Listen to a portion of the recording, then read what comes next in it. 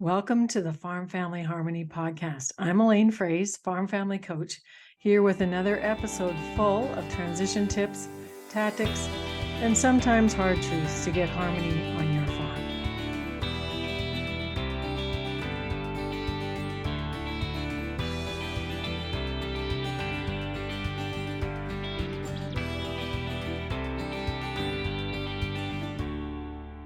Hey folks, welcome to the Farm Family Harmony podcast. And I have a really special guest for you today who I've just met, of course, like many of us are meeting these days digitally over the internet and by following each other's work. And her name is Shelby Watson Hampton. And Shelby, you've just written a book called Grace, Grit, and Lipstick. And I'm just smiling because you've got this beautiful red smile in front of me today. And just tell our listeners a little bit about who you are and how you got here.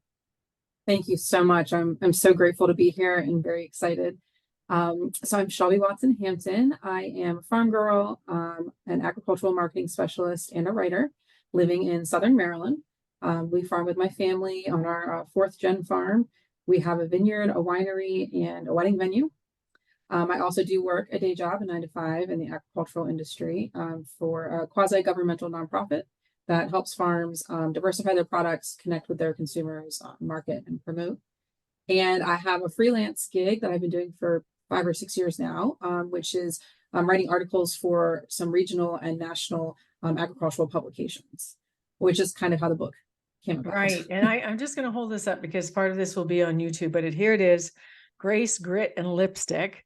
You've got your red lipstick on. I put my lip gloss on for this podcast. So tell us, Shelby, what's the reason that you get out of bed in the morning for all the things that you do? You also didn't mention that you have a husband and a small son named Benjamin, and you have a goat that eats people's bridal dresses. Bubba, yeah. At the wedding venue. So your book is very entertaining, and it's also very affirming. And as a woman in agriculture who's a grandmother now, what I really like about Grace, first of all, is that things don't always go according to plan. Grit is your grit and my grit to keep showing up and persevere. And I think Eleanor Roosevelt is attributed with the quote, "and she persevered." So you've persevered through a lot of different things. And the lipstick is obviously showing up, like, giving you confidence and say, here I am, and let's get this communication started. So a lot of listeners, Shelby, are like you, who have a farm, you have a full-time job, you have a child, and you have what we would call the millennial side hustles. So what are your most practical tips for our listeners and how you keep that smile on your face every day? Well, first of all, I just want to reiterate again how grateful I am to be on the podcast. It feels a little surreal because I listen to podcasts almost nonstop. Like when we're in the vineyard, when I'm cleaning the kitchen, when I'm driving to work, they're kind of always in my ear. And I have a lot of favorite agricultural podcasts, some of which we talked about before. And to be on one feels like very crazy. To be like, I'm just this farm girl from Southern Maryland, why does it matter what I have to say? But it does matter. It does matter, so Shelby. Grateful for that. But yeah, just like all your other listeners, just like a lot of the other women we follow online, in the agricultural world, it seems like some of us are just born with this ambitious streak, this, type A, this maybe high energy. Oldest daughter syndrome is real for me. That's me too. Oldest daughter. We'll have group therapy over in the corner after lunch. It's a whole thing. So I have an older brother and a younger brother. So I'm also the middle child and the only girl, as well as the oldest daughter. So I think what gets me out of bed in the morning is passion for what I do and lots of coffee and the toddler. I could sleep a little later if the toddler didn't get us all up that early. But I love what I do. And the book kind of came about, it came from some of the articles I'd written for the Lancaster Farming newspaper, which is my regional, and then for American Agriculturalist, which is my national. And realizing that I was looking for books in the agricultural space that weren't quite there. Your books are amazing and practical and helpful, and the transition, I have them, of course. Well, and you see, and I didn't know that until we talked about that this morning. You have Do the Tough Things Right and Farming's In-Law Factor. And I did. And again, just the fact that the listeners to this, I, like you, am a lifelong learner. Emily. Or Shelby. So Emily Rushell, who we were also talking about, is a mutual friend of ours with her Gather for Growth podcast. And once you start connecting with other women who have the same passion for people to live a life well, and tell me about the farm life. How did you come to that name for your acronym? So it's really funny. I started a Facebook page, The Farmed Life, like 10 years ago. Okay. With the thought of maybe I'll do something with this one day. At that point, a lot of the talk that was going on in women in agriculture circles and at Farm Bureau conventions and young farmer conventions was the importance of ag to tell your story. Right. Right. Of course, they mean to the consumer. They mean it's important to connect, to advocate. Ag, it gets lost in the shuffle. People, hear things on the media they don't really know are true or not. So I started kind of in that space, which I think a lot of us did, to kind of like advocate for agriculture. But it didn't really quite ever fit for me in that space. And what I found out, what I think drew my passion and what ended up being in this book is about a year or two, I realized that I wanted to talk to other women like us, not necessarily to the consumers. And there are people who do that really well, but I wanted to connect the women in agriculture, the women in rural communities, the rural entrepreneurs, the homesteaders, that kind of group to be like, you're not alone. And life doesn't always go as perfect as it looks on everyone's social media. And I want to Right. Your Facebook fine. Yeah. Right. Facebook fine. Oh, that's a good one. I'll have to use that. Yeah. So it kind of came to that. So I found out that my audience really isn't necessarily consumers, but more other women in this space. Right. And I think my business, the column that I've been writing in my paper, Grain News, for now almost 29 years, is called Seeds of Encouragement, because that's how I'm wired. And I think you're very much wired that way as well, because in agriculture, we wear many hats. And you have talked about I love reading about the wedding venue adventures and your grandmother, and, just all the things, and also your connections to people who do policy making in agriculture, or your ag marketing job. You have a lot of different things going on. So the other thing that really tweaked my interest, Shelby, is when I'm doing farm transition workshops all over North America, young farmers, especially those with children, are saying, Elaine, we have to have a life. And so I'm on the chapter right now where you talked about an app or other things, practical tools, Shelby. So what practical things do you use to manage your life with Benjamin being a toddler? And, you're cutting grapevines all year round. It sounds like you're out in the vineyard listening to podcasts, you're going to your work. So give us a rundown of some of the things that have really been helpful to you to take care of what I think is your most valuable currency, which is your time. Yeah. Well, I think one of the first things, and you're right about this generation, probably millennial and then down, are the first ones to say, like, this is important and we need it. But especially as elder millennials, I'm 38. We say it and we know it, but we don't necessarily know how to do it yet. And a lot of us are still farming with family that are maybe from the older generation where there wasn't, I don't like work-life balance. I just say more like harmony. I say resilience, because balance is not, it's never going to be. It's a polarity. I call it a polarity because a polarity between work and play is an issue that will always need to be managed. It will never be solved. Right. And so my husband and I recognize this as a need, but we both still really struggle because we have a lot of internal guilt about, like, we should always be working. We should always be productive. The to-do list will never end. But at the other side, like as young parents, we want quality family time with our son, and we want him to have good memories, and we want to do things together. And it's like, how do you do it? And I'm not saying that I know how. I don't. This is like a daily thing for us, but daily practice. I have found some practical things that are included in the book, kind of in list forms. And it's just really organization for us is what saves our life. I am an organizer, so I have a physical planner, which I actually have in front of me at this very time. Yes. And I put things in my Outlook calendar online, and I sync those every couple of days. I'll make sure, so the calendar, the organization, group text messages, apps that save you time if you have the ability. My grocery shopping app, where I can just get in, reorder, pre-order, and pick up curbside without having to go in the grocery store, spend an hour. My daughter-in-law uses that. She loves it. It's a lifesaver. I mean, it's a game changer. Your baby's asleep in the back seat. You can drive through, grab your stuff, go. What else? I don't know. Not so many apps, although I'm sure there's some I use on a daily basis that I'm not even thinking Well, of right now. the one I use for travel that I'll share on this podcast is tripit.com. And I'm doing a lot of speaking in the US, especially in February and March, that kind of season when farmers, of course, aren't in the fields, and everything that you take as a hotel reservation or a flight or anything forwards to plans at tripit.com, and it's all aggregated in my phone. So that's been a huge time saver for me. And the other one, I agree with you. You said Outlook. I use Google Calendar, and I also use the timer on my iPhone in a 25-minute unit of time. How much can you accomplish? And if you set yourself and time yourself, you can get a lot done in 25 minutes. Isn't But that the Pomodoro method? Is that what yes, they it call is it? absolutely. Yeah, because like that. Pomodoro is Italian for tomato. And in Italy, their kitchen timers look like tomatoes, and it's called the Pomodoro method. And I've been using that for years. I also obsessively use my phone alarms, which that's actually mentioned in the book. My Yes. husband jokes that I set an alarm to remind me to set an alarm. Yeah, I read that and I laughed. Yeah, so absolutely, like, just the iPhone alarms Yeah. are amazing. And mine's not jolting, mine is chimed, so it sounds nice when it goes off. I'm hoping mine doesn't go off during this podcast. I'm like, what do I have set? Yeah, no, that's okay. If it does, we'll just let it be real.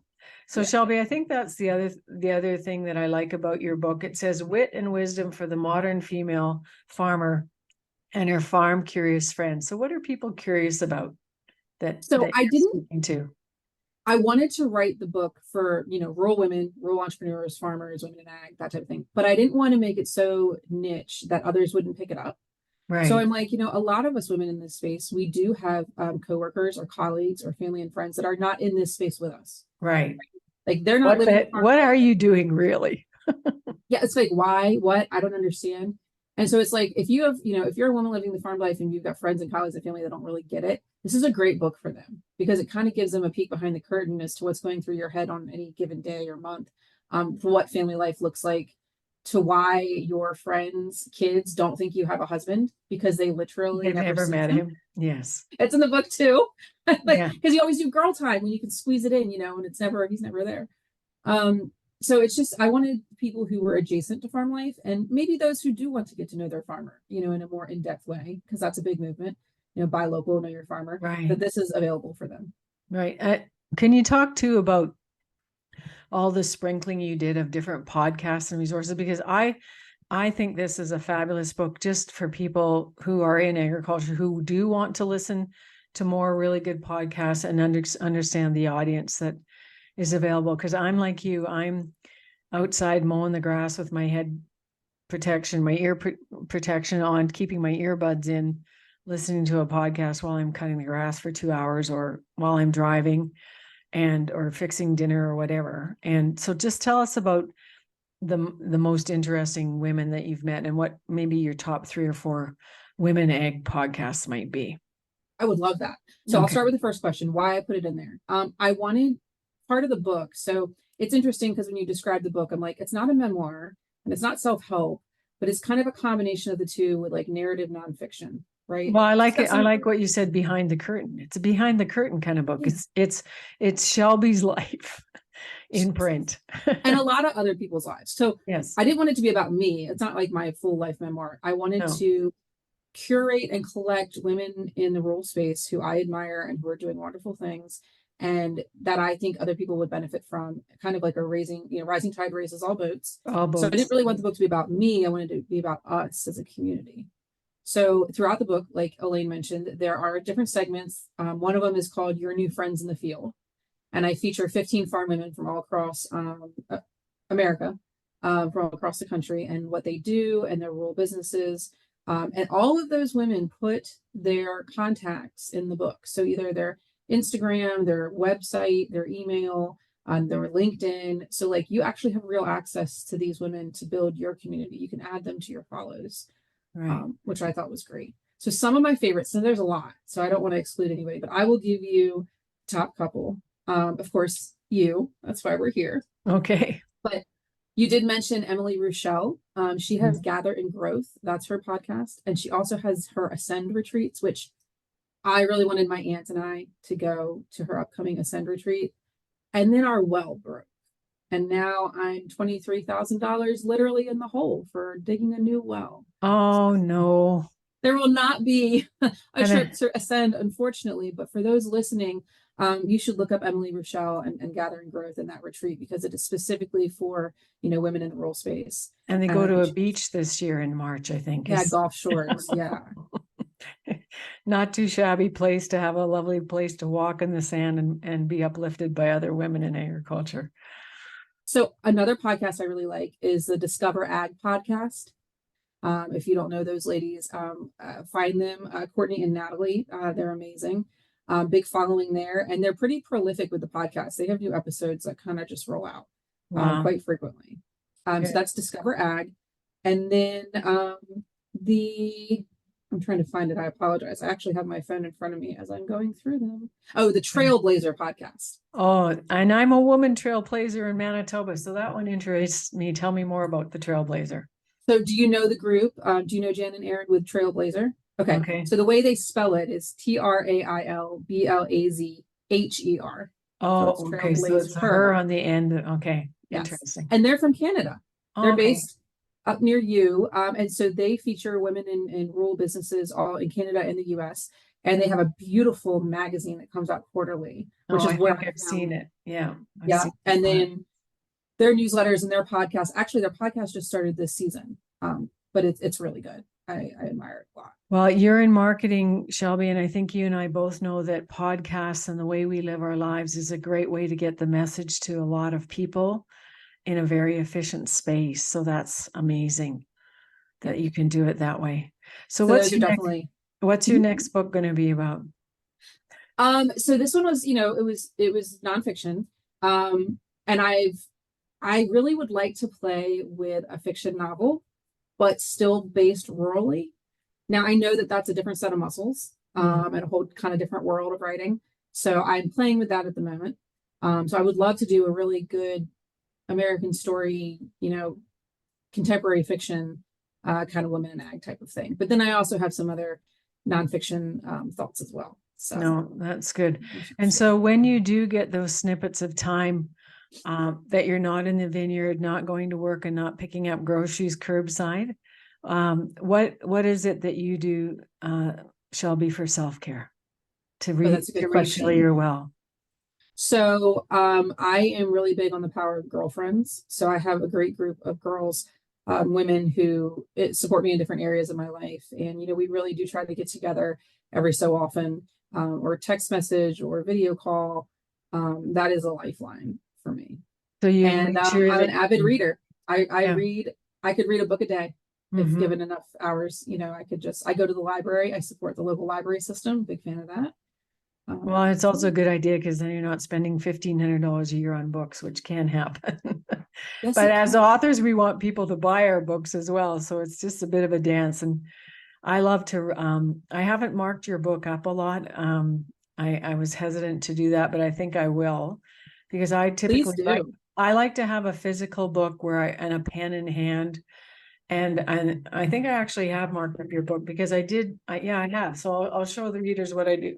This is what I do, is I take the page numbers as I'm reading and go, oh yeah, I'd like to talk to Jackie Munt. And so I page 36, that's where she is. And FFA values, because I'm establishing a relationship with FFA. That's on page 111. And then you also talked in your book about a mentor. So talk about the importance for young women in agriculture to really not be afraid to ask strong leaders to share their wisdom.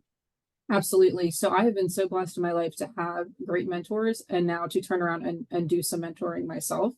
And I think it's important that you have both of those. Even the most established public speaker or the most established person in their business can find value in a mentor. And as those people, once you reach that stage, you really owe it kind of to your past self and to the future leaders to pass some of that gift down. So I actually have a lot of fun in that. And even more so, kind of the people who are running parallel to you, like you're not really a mentor or a mentee, but like you're doing things at the same time. There's several local women. Yeah, local women to me in my book who I feature that are friends of mine that are also in their rural business space and art. We've come up together in that.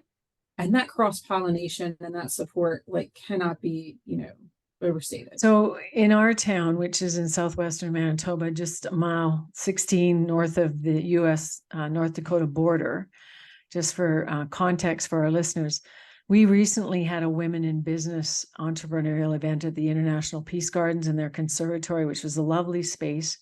There were 30 women there, and we would have had more had we done it in the evening, because a lot of those women, the side hustle happens in the evening, right? And that there are other jobs during the day. But I think it was very energizing just to, think of what our local Main Street in our little small town looks like, and how many of those businesses are run by women. And Absolutely.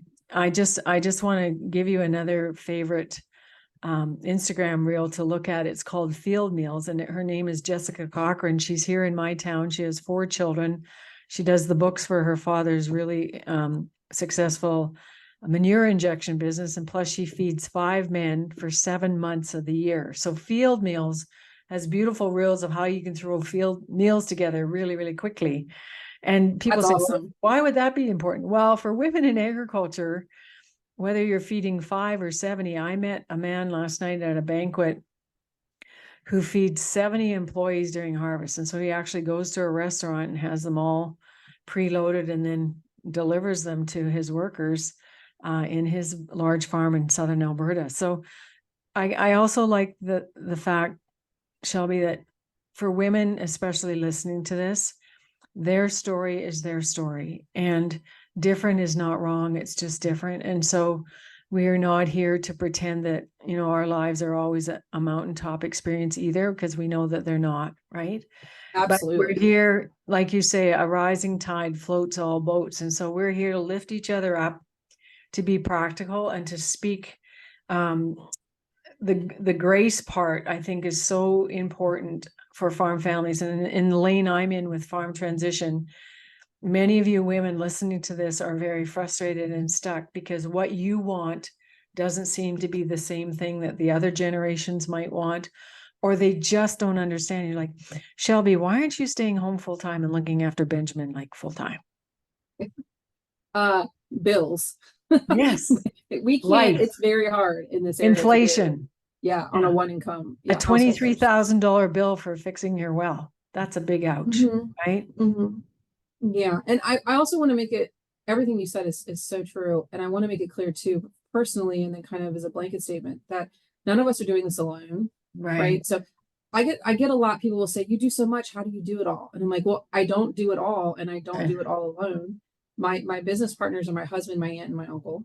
And my aunt and uncle are at the farm full time. My husband and I are doing part time because we work other jobs. My mother-in-law and my mother take our son, 2 or 3 days a For week. care. Yeah, I have a lovely woman down the road who's raised half the town, Miss Wanda. She watches him the other days. He's there now and he loves it. My colleagues at my day job, like I'm not doing it alone. I'm relying on and the you're not village. trying to be Superwoman either, No. Shelby. My mom gave me a book called Superwoman and I burned it. That's not, we It's don't want to, tiring. right. And again, clarity of expectations is such a important mental health factor, I think, for women in agriculture, is that, and we're all in different seasons. I'm a grandmother now. I went over this morning to read to my granddaughter, or have her read to me. She's 6. My middle granddaughter is just about almost 5, and she was busy doing an advent calendar made out of Lego pieces, which I've never seen before.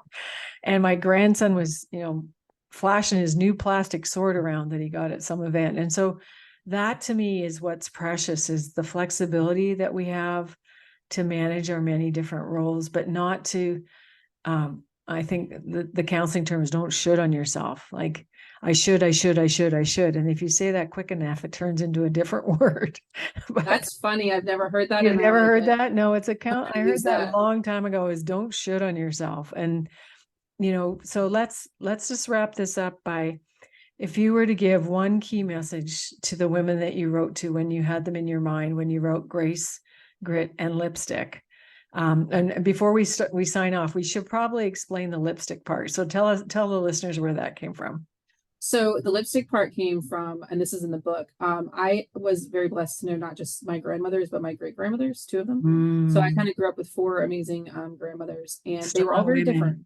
Very Mhm. different. So three of them lived the farm life and one of them did not. But what they all had in common is their class and their poise, and they never went anywhere without their lipstick. And Okay. as a Tom girl, and growing up, I was one of the boys. I didn't go near Mm. makeup till probably at the end of high school. You know, I wasn't into any of that.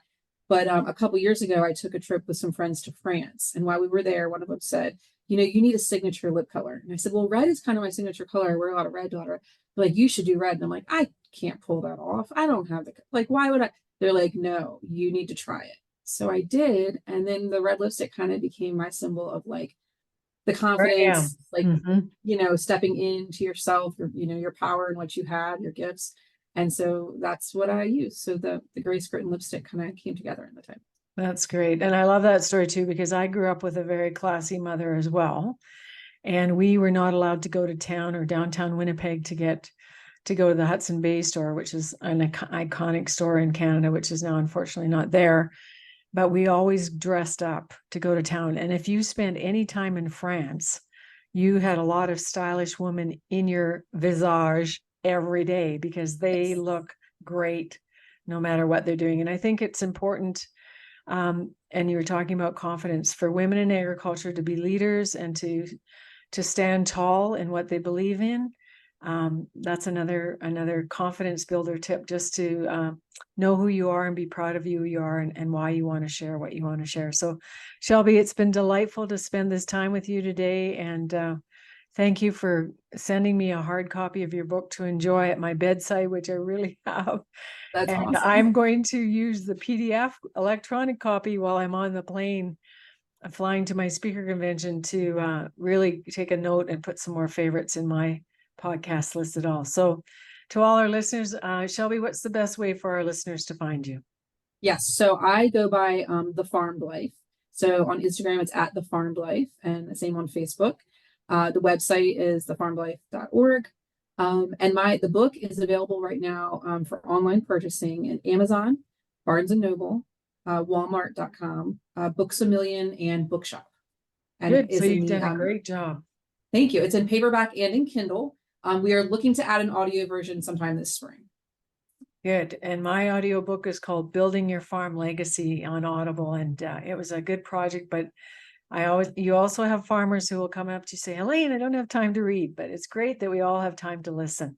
So thank you so much, Shelby. It's been delightful to have you. And I'm glad I wore red today too. So let's celebrate all the women in agriculture, and thank you for your time here today. And Thank remember, you. remember, listeners, whatever you're doing while you're listening to this, that it's your farm, it's your family, it's your choice. And Shelby and I are both on a mission to help women in agriculture and farm families enjoy the adventure of agriculture. So I hope you all find some harmony and understanding as you listen to Grace Grit and Lipstick's author, Shelby Watson Hampton. Thank you so much for your time today. And we wish everyone well in their journey. And we'll see you next time. Bye for now.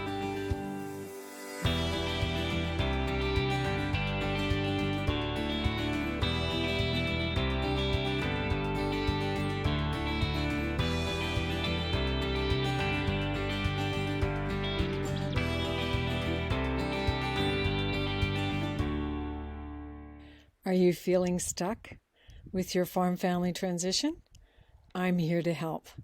Simply go to www.elainefraze.com/membership to find out more how you can create and get actionable tools to help your farm family move forward. And Fraze is spelled F-R-O-E-S-E.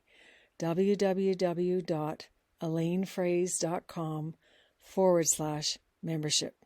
See you soon.